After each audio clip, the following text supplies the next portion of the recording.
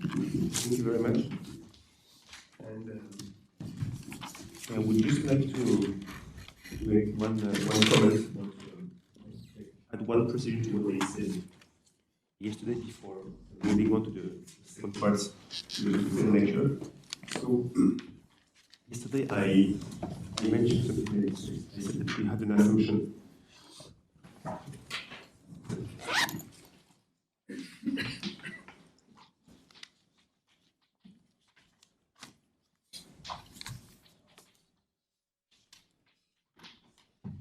So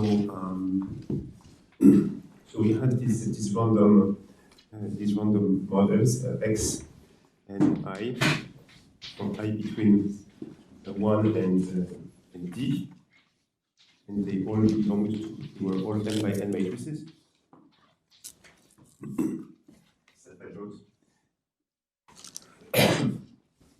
And the assumption was something like this: was that so maybe I took them IID.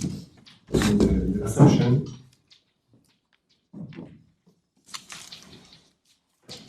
was that there exists some alpha in 0, 1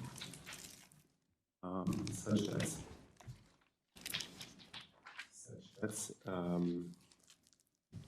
the expectation of the trace of xin power L. Maybe we'll just write it like this. Behave like n alpha times some function fi L as n goes to infinity plus this assumption of small covariance, so plus covariance of trace xin L and trace xin L prime is small o of n alpha. And what we had is that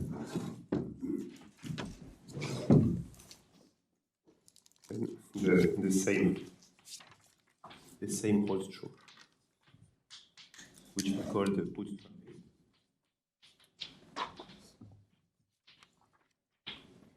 For mixed mode. If I take here, I is fixed and L is fixed. So I just speak. I just have an assumption in each I. And now if I take some moments, the same result will hold with a new function f here, which depends on the moments and on all these things. And what we had is that the limit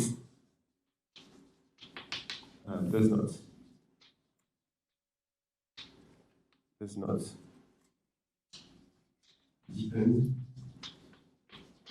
on alpha if alpha is in the interval 0, 1 open, and it is different. For alpha equals 1, and so here this was, I will start with here. Here this was a free convolution. And here this was cyclic. I say mode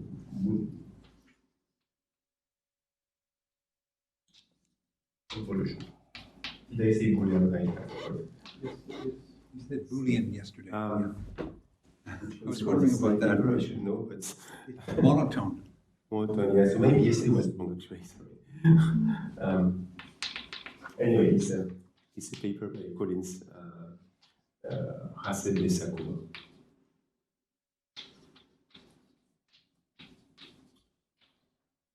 So all these things are mixed, and these notions existed before cyclic somehow. So we just came up with a name which was as likely as possible somehow. So yeah, by the way, for this to hold true, here we need plus a UN symmetry.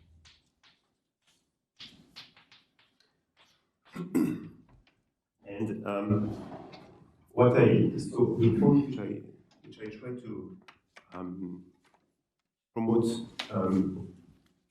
yesterday was that in principle we should try to be agnostic about in operator algebra we would think that this is very heretic to do this because we should take normalized traces. I'm half an operator algebra, so I'm doing something heretic from my own point of view somehow. But of course, the normalized traces is quite natural when you do quantum information, for example. So the thing is that if you look at here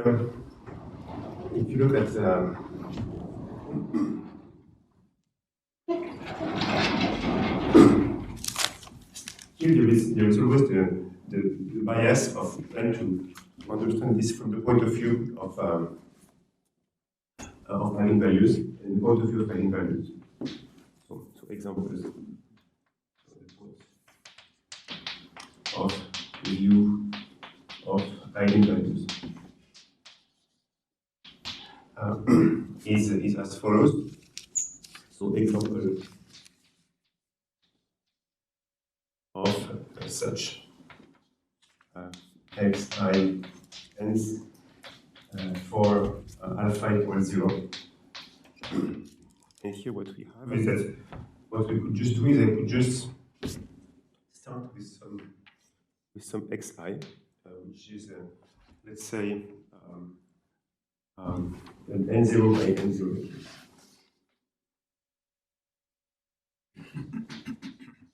And then I'm going to define out of this xin,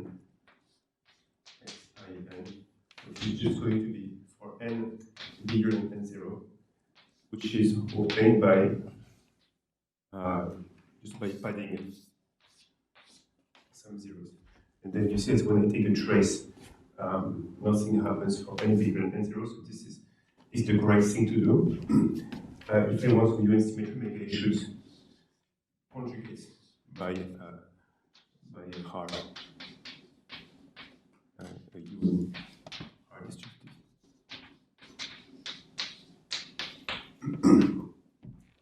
And for alpha equals 1, you could do the same, but this time you would do x. So now what you would do is for alpha equals 1, you could do you start with the same one, and when n is a multiple of n0, then what you do is take xi n is xi tensor identity with like n over n0, and you randomly rotate this guy the same way. So you see that the eigenvalues, they have a very different behavior. And here it's always we're dealing with small round matrices, and here we're dealing with matrices of full rounds. The intuition is kind of once when one views this, it's kind of normal that we should have some different behaviors. And I don't know if so. Of course, once you have this picture, you can do the same music, but you could do in general to have something like xi. So for general alpha, what you could so in 0, 1, what you could do is you could take xi n. This is xi hence the identity n to the power alpha, and which you pad with zeros, something like this. And for which some random, after randomly rotating And at least, for example, let's say that I would like to understand, for example, this the eigenvalues of, let's say, U1 with something like lambda 1. I want to take 3, for example, okay? U1 star plus U2 with U1, U2, U3, and zeros, U2 star. So here U1 and U2 are distributed according to the Harbinger, there are independence. And I would like to understand this. So if this was full rank, that would be a Voigt-Koolhaas problem somehow. I believe a Voigt-Koolhaas problem is actually this is a more general problem, which involves free convolution. And here, actually, probably you can convince yourself rather easily that the eigenvalues, so that's the rank 3 matrix, that's the rank 3 matrix. So the sum of the two is of rank at most 6. But actually, with probability 1, it will be of rank 6. And the eigenvalues, they will be close to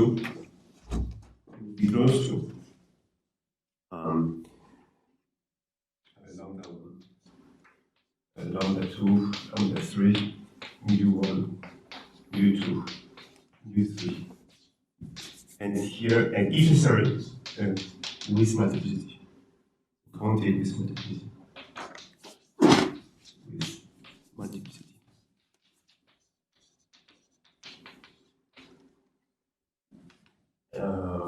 And well, so the intuition behind all that is that if I take a vector space of given dimension and I let it, so which for me would be the image of symmetries, and if I let it undergo some random rotation, then the image will be very close to orthogonal with high probability. So this is a concentration of measure phenomenon.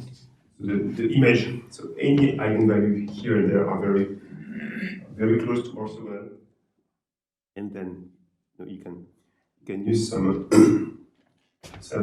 machinery to quantity of eigenvalues, at least in the Z-adjoint case, which allows to conclude out of this. So somehow, actually, this is where somehow we started the paper with and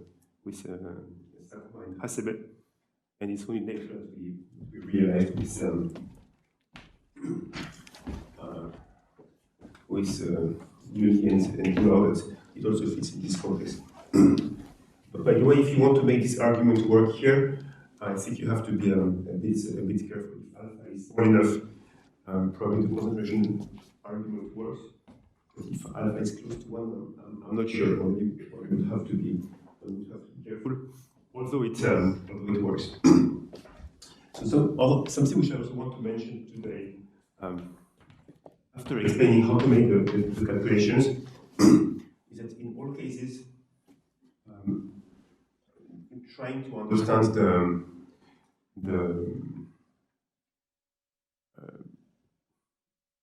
something which is important is to try to understand the fluctuations. You see, here when I take this fundamental matrix model and lambda 1, lambda 3, then what we have is that actually the measure of this model is constant over an orbit of the Laplacian unitary group on the self-adjoint matrices. And same here, however, when I take the sum, the measure is not constant anymore on the orbit. So it's actually concentrating, which is why what I wrote here. But it's not constant, which means that it's actually not enough in principle to understand what are all the traces of some powers in principle. If we want to have a complete understanding, we should understand also how the covariance look like, and so on and so forth. We should try to much more. And yeah, so I'll say things about that.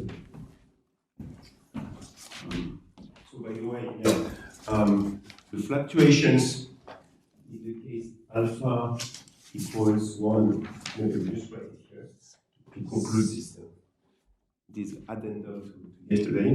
The fluctuations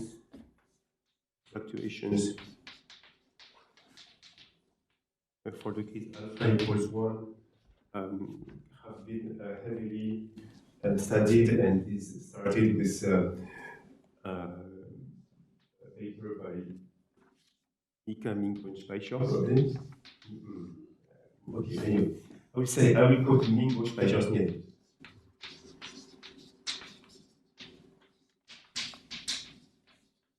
And so this was the beginning of the second order.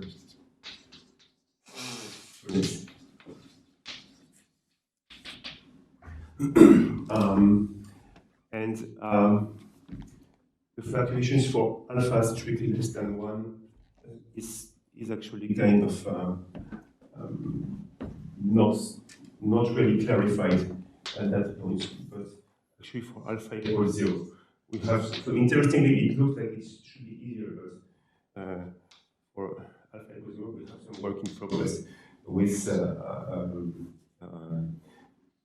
Hasebe, Sakuma, Fujie, and Felix Lai, who is here. Right. So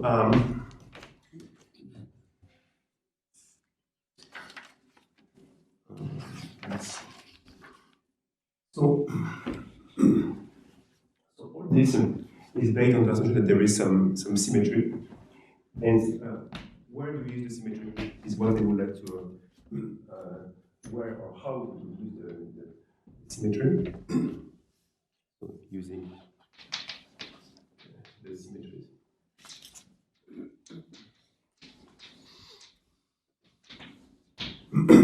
So the idea is actually quite simple.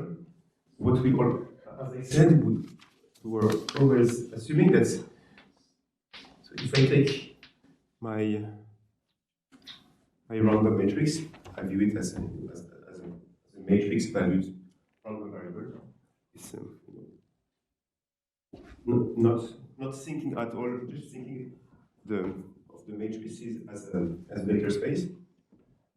What we have is that for every group of elements,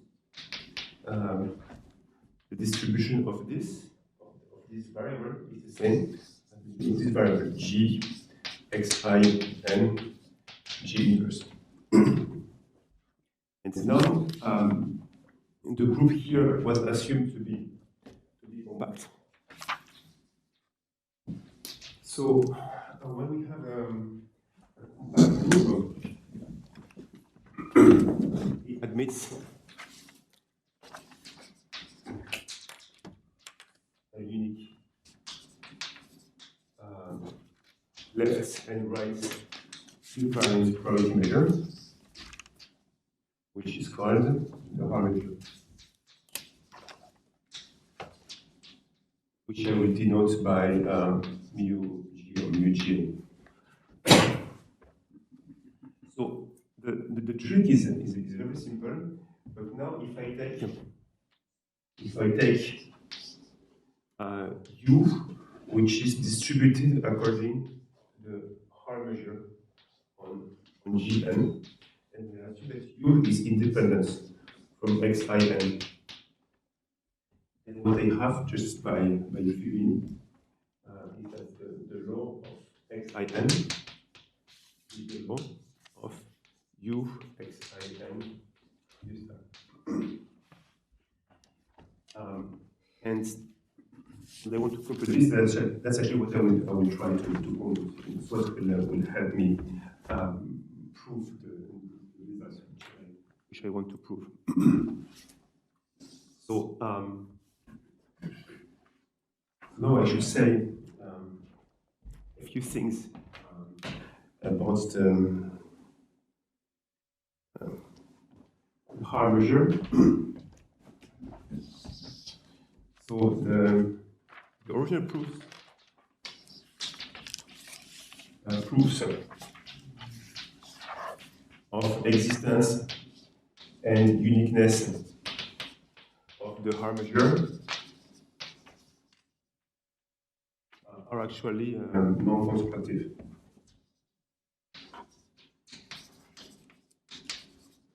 Why?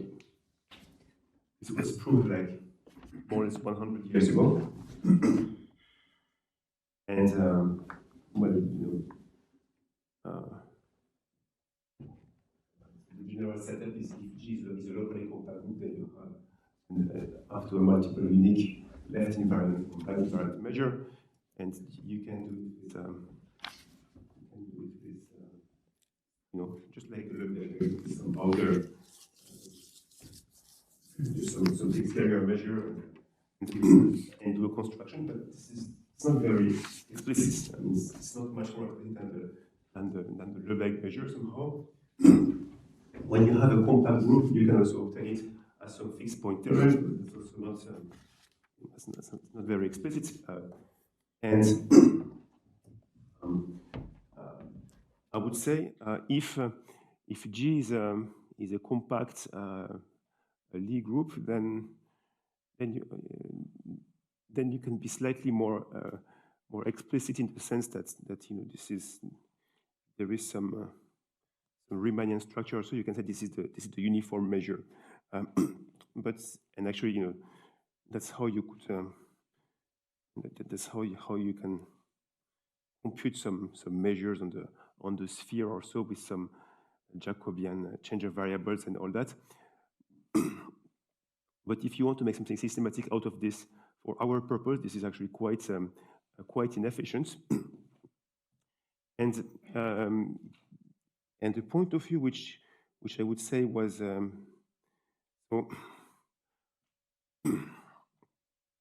well, okay. So I would say that the first explicit computations with I will not be very precise, but for me this is what I would call the Harishchandra integral, which was done maybe 30 years or so after the Haar measure. So this is the Fourier transform of an orbit under the coadjoint coaction. Joint action. And of the Haar measure, like if I give you a function, so to be slightly more specific, I know that the Haar measure exists, and therefore, if you know what the Haar measure is, like, if you know that the Lebesgue measure exists, then how will you compute an exponential of minus x squared between minus infinity and plus infinity? Yeah. I mean, the calculus behind the calculus was not developed at all. So if I give you a function, how do you calculate it? And the first non-trivial function which was calculated was the exponential, some exponential function. I mean, the one which appears in the Fourier transform of an orbit, actually, of an orbit like that. I'm actually not going to use it, even though in principle this could be very useful, and actually with Luca and Razvan we consider this integral. So I think I might speak a bit about that tomorrow. But for now, again, to be like for the purpose of answering a bit more precisely your question, maybe what I would like to say is that from the point of view of you know, like the point of view of what I would call maybe Ries plus Stone-Weierstrass. So let me explain what I mean here. If I want to, so the Ries representation theorem say that if I want to understand a measure, I should be able to understand the integral of f of g, d mu of g for any continuous function, right? If this is continuous. And Stone-Weierstrass says that if a function is continuous, any continuous function can be uniformly approximated by polynomials. So if I'm able to approximate any polynomial function, that's a g here. Any polynomial function in G, then that's going to be good enough. And a polynomial function is actually a sum of monomials. So by linearity, it would be enough to be able to understand something like this. What I'm going to write as ui1 j1, uik jk, and for now we'll put some g's here. D mu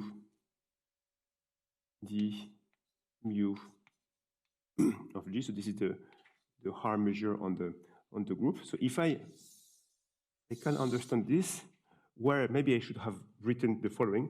I should have written that if G is an element of a group, I should remember that my group is actually a matrix group.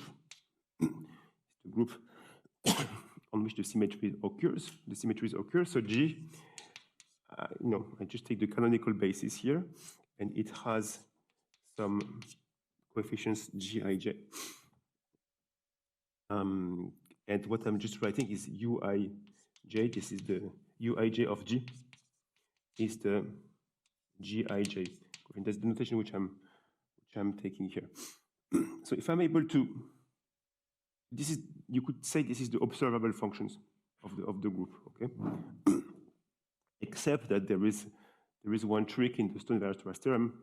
Here is a complex valued algebra, so I should take the real part and the imaginary part, or as I I could fail to separate my points. So maybe I should take also some bars here. I prime 1 j prime 1, I prime k prime, j prime k prime of G, and that's what I want to integrate. If I know how to integrate this, I can claim, thanks to the help of these two basic theorems of analysis, that I understand the Haar measure from an explicit point of view. And quite interestingly, actually, this problem, which presented like this, should be accepted as a normal request, was not studied for quite a while, actually. So here I think also it's interesting to say a little bit of history of all that. I think that probably in the mathematical community, it's like we know it exists and we can do lots of things without having to compute it. So let's avoid computing as long as we can avoid doing so. And actually, as far as I can tell, but maybe there is some bias here, the first person who really tried to understand this is not a mathematician, it's a physicist, is Tufte, around 1972 or so. For the purpose of doing some 2D versions of discretization of quantum gravity, he tried to compute this for G, which was the SUN group. I think if I understand correctly, he was more interested about SU4 or something, but he said, okay, if I can do a big N, I will be already happy enough. So actually, he did it for SUN N big. And later on, so he had some asymptotics, and then later on, Weingarten, who I think was his PhD student or his postdoc, Weingarten. So that was in '78. Wrote one formula, which is why we called it the Weingarten calculus.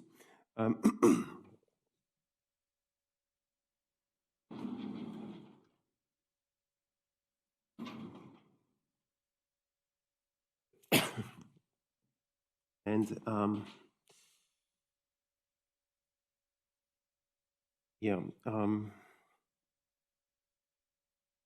I would say that interestingly as well,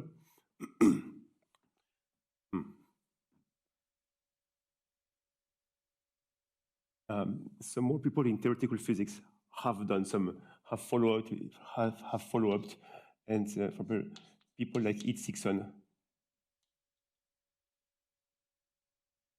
Zuber, and many others. I mean, Brezin, Hikami, and many others have followed, were aware of these formulas, and have done some interesting, very important computation in the beginning of the 80s. But I think it was kind of ignored by the mathematical world. And as far as I can tell, the first person who unearthed again this from in mathematics was Feng Shu. Feng Shu was a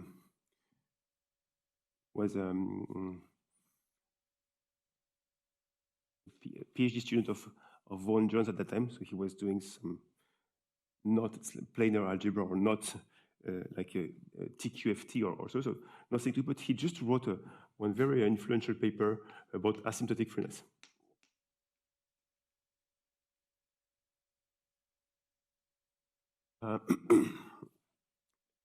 With the Weingarten formula, actually. And then later on, it was reduced by Philippe Bian, who happened to be my PhD supervisor. So he told me to read this, and yeah, so that's how some. So Philippe Bian actually used it for some asymptotic representation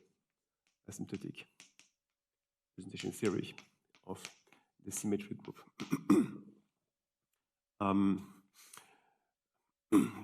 But the reason why I'm saying that as well is because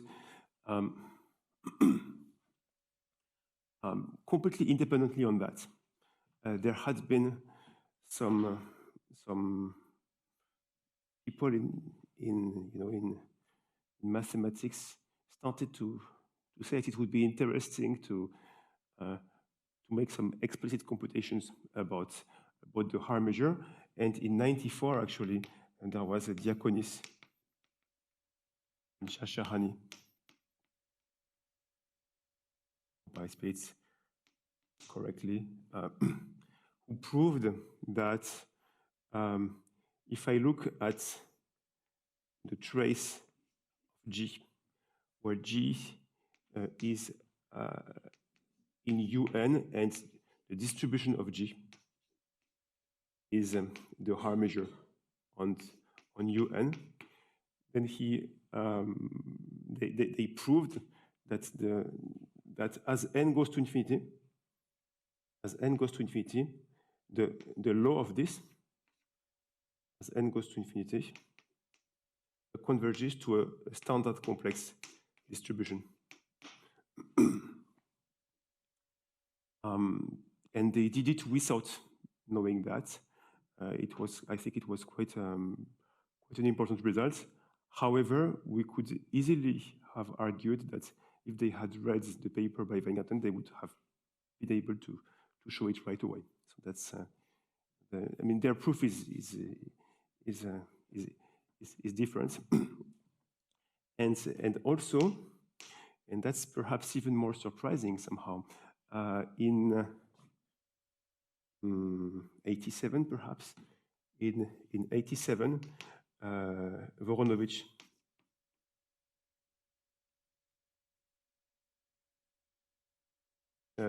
introduced compact quantum groups, well, compact matrix quantum groups.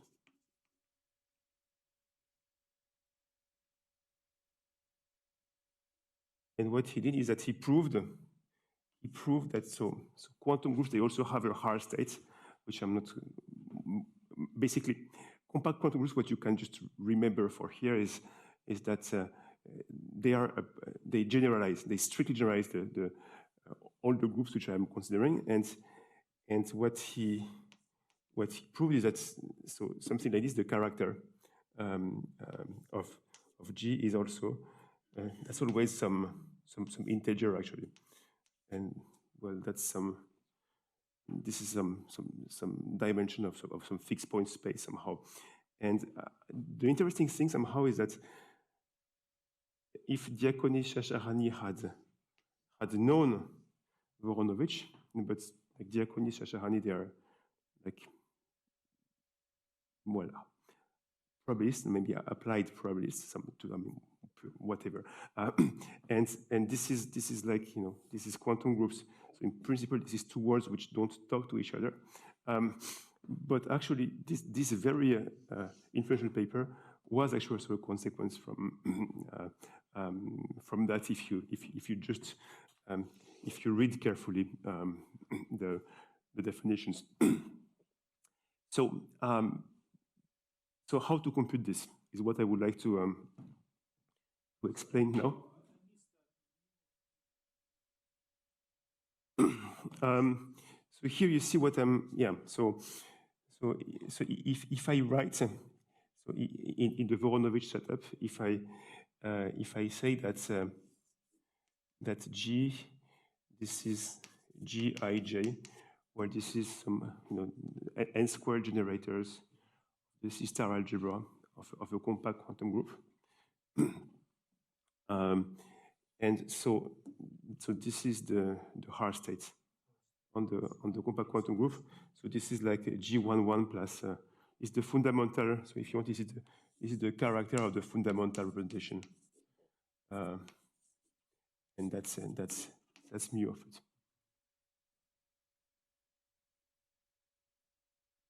Yes. Yeah. So this is actually. So he proved that this is the.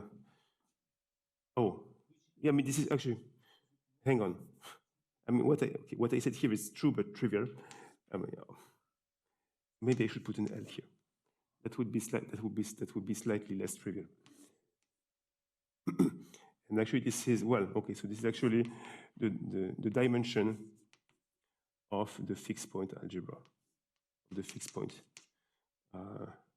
of the fundamental precision tensor L times with respect to the quantum group, something like this. And actually, the proof of Diaconi-Shasharani relies on that. So this is the proof is not so different actually. All right. So how to compute this? The first, if you look at the Weingarten proof, actually I think it's yeah, I really recommend taking a look at it, because that's a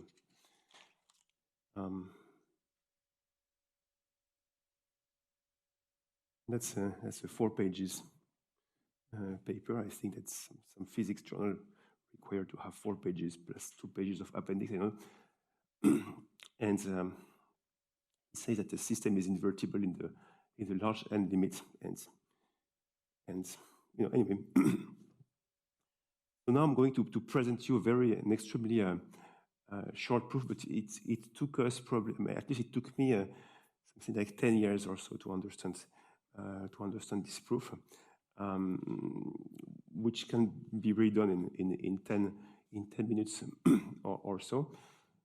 Let me explain how this works. So actually, the thing is, I'm getting back to it, right? So what we have to do is we have to compute this integral of u I1. I'm just going to get rid of the g's here of I1 j1 u ik jk and u bar I prime 1 j prime 1 u bar I prime k prime j prime k prime.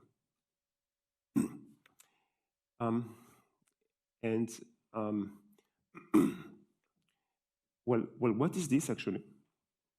What I will do is I will introduce some big coefficient here, which is like I1, ik, I prime 1, I prime k prime. So that's an index set in 1n. the power k plus k prime. And likewise, I will introduce j like this. Mutatis mutandis. And the thing is that actually we could say that what I do is I look at G tensor k times, tensor G bar tensor k times. So G, remember this is the Gij matrix, and so G bar is the entry-wise conjugate. This is G bar Ij. So that's actually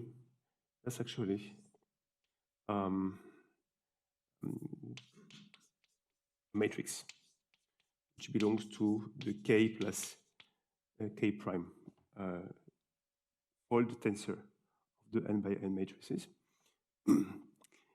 And what I am doing is I'm taking the expectation of this, here expectation of integral, okay? And I'm looking at the Ij coefficient of this. That's what I'm trying to compute, basically, right? So this is what I have to compute. And a very simple observation is that this actually, it's very simple when you, after you figure it out. So lemma is that this is a self-adjoint projection.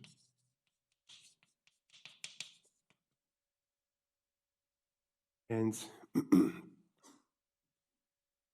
I'm just going to tell you why this is true. Is because I can say that G has the same law as G1 times G2, where G1 and G2 they are independent.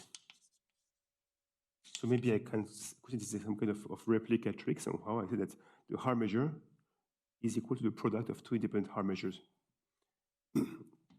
And so then I can separate the integral as well, and I can, if I check what it means that this is a projection. And so this is what you need to prove. This is a projection, and for self-adjoint, you just need to check that that G star, the map to G associates G star, which is G inverse, is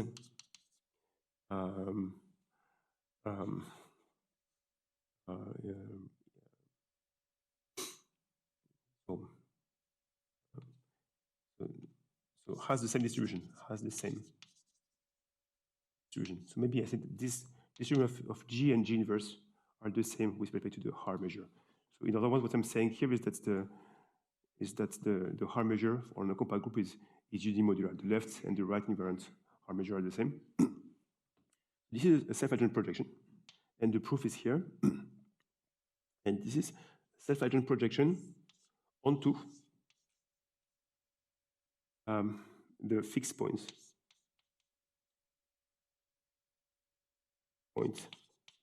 space. So which is the collection of, I would call X in C n tens K plus K prime.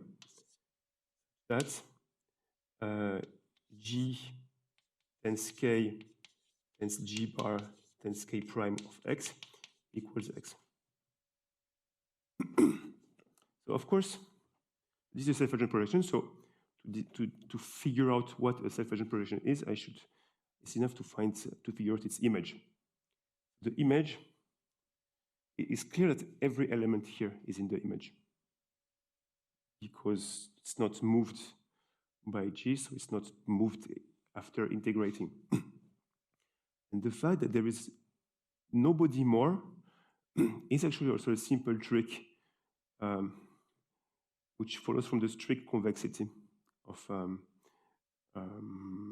the Euclidean distance. See, if I had a point which was to be moved a little bit, then when I average, the norm would strictly decrease, so it could not be in the image. So somehow this is the link between analysis and algebra. And now I will erase that and then continue.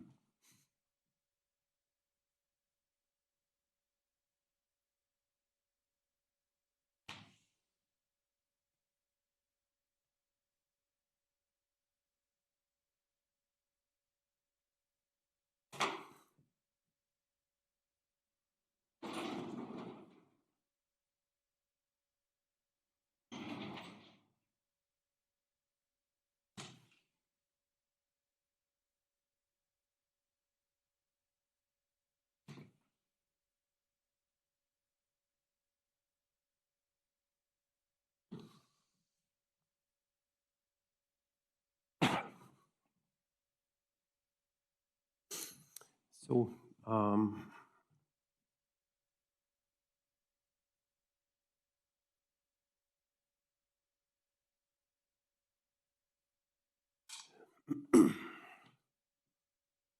yeah, so how, right.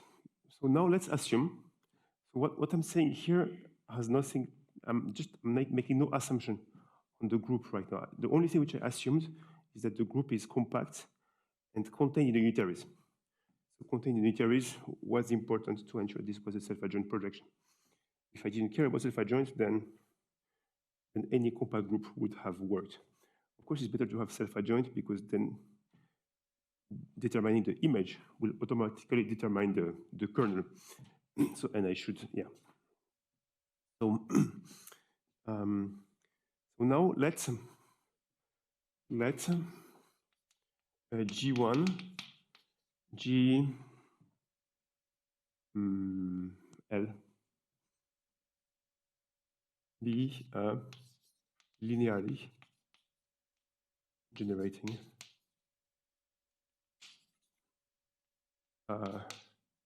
set of this fixed point space, which I should name perhaps. So I will say this is fix G of L of K and K prime. This is the number of times I take the fundamental representation and the number of times I take its contra gradients. The generating sets of fix G, L, L prime. And then the formula is actually very simple, provided you introduce a notation. So now I'm going to introduce G to be the gram matrix. So this is for ij, which belong to 1L. That's the gram matrix.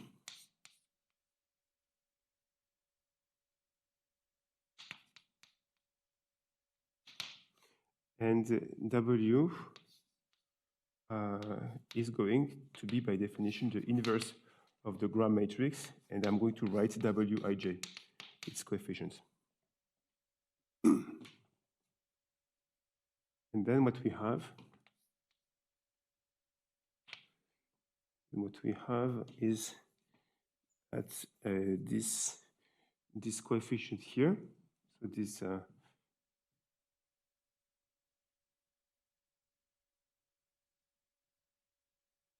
yeah. So what we wanted to compute actually, maybe I should give a name to this.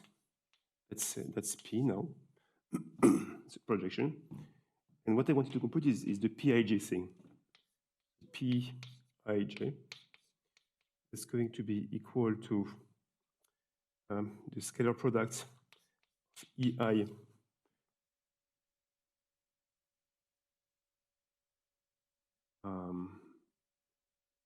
yeah, so I will, okay.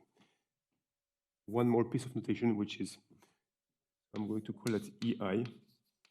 That's going to be the canonical matrix vector associated to this. So this is EI1, times EIK, times EI prime 1, times EI prime K prime, and likewise for J. And so what I have is that this is EI scalar G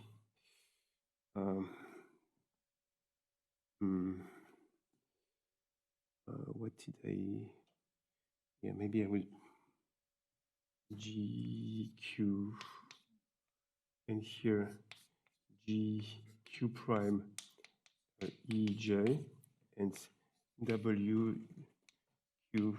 Q prime, and that's the sum over all Q and Q prime in 1L. And that's it. That's the answer. And actually, that's a formula which, I mean, it's not exactly seen like that in linear algebra classes, but for example, if this was an orthogonal basis, then that's a known formula, right? I mean, this is the formula to compute an orthogonal projection onto a space. I mean, anyway, this is a simple linear algebra formula, and this is actually what you could call the Weingarten formula.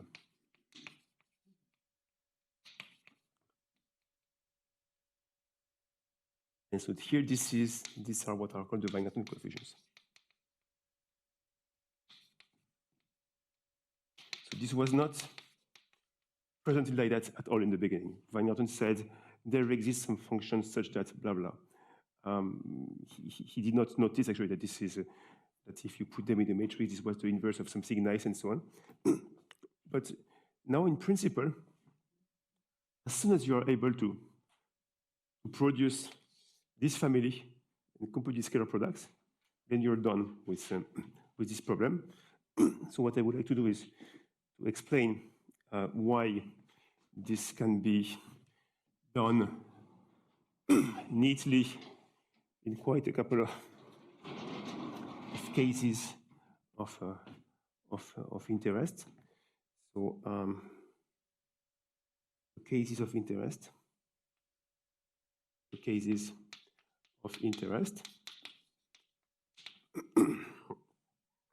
So what I will always do is I will always write Cn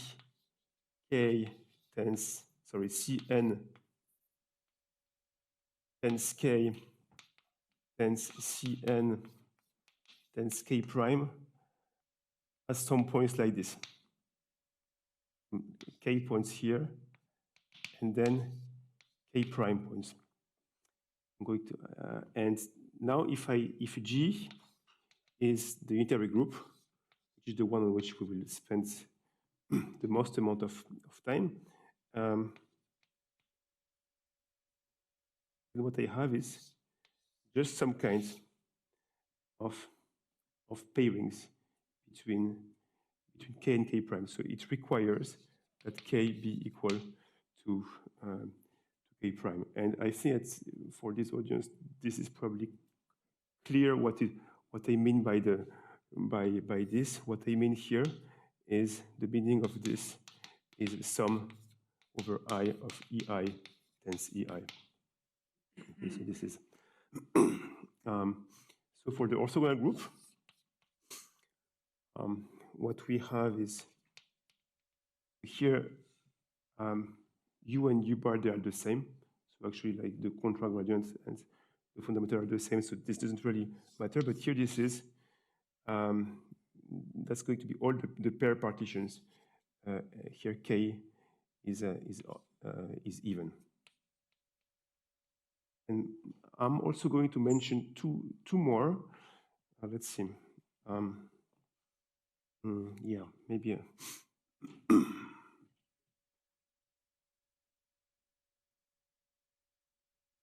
So the symmetric group is also interesting. The symmetric group, what you do is you just take any partition. Any partition. Here the idea being that's something like this. For example, this is sum of EI times EI times EI. So this has to do with the partition algebra. And since I mentioned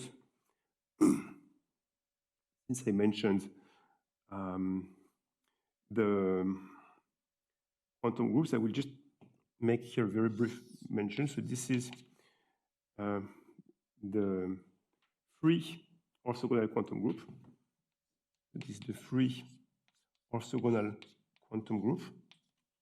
And here the partitions, this is the same as here, but non-crossing, plus non-crossing. So is same as ON plus non-crossing.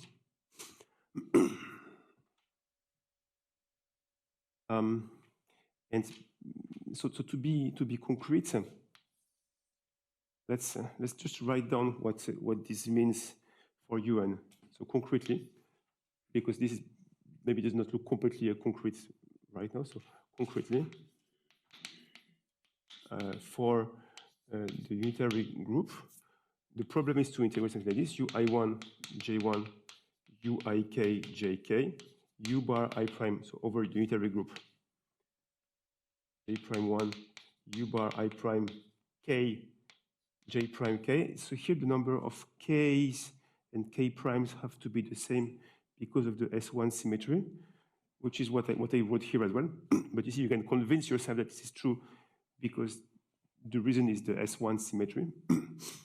And what you have to do is you have to make a sum over all permutations of Sk of what I will, so I will write it like this and hopefully it will make sense.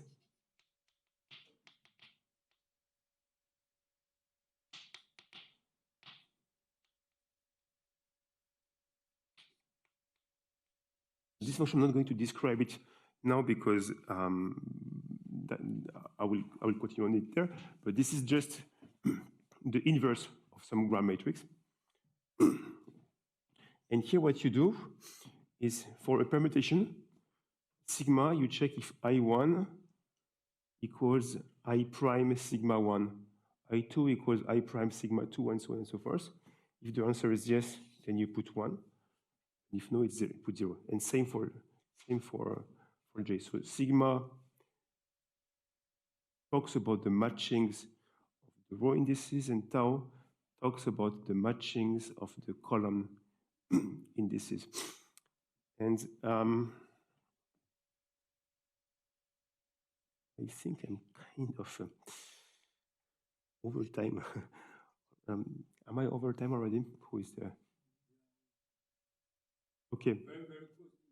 Yeah, so then we'll just stop writing and say what I will do next time. So because I need to say a bit more about all that tomorrow, actually. So we need to study a little bit this function, and if you write the matrix, actually, let's put it that way. Just what you have to do is you have to compute the gram matrix. You take two elements and I compute the gram matrix. The gram matrix is quite nice because it involves n to some number of loops generated by any two such partitions. And obviously the number of loops is maximized if we take the same partition. So which means that here the number is maximized if we're on diagonal. So I have n to the power k here. So that's my gram matrix. Okay. And here, everything else is n to some power, some number, and some, I would call it alpha, whatever, beta. And beta is some number which belongs to 1, k minus 1.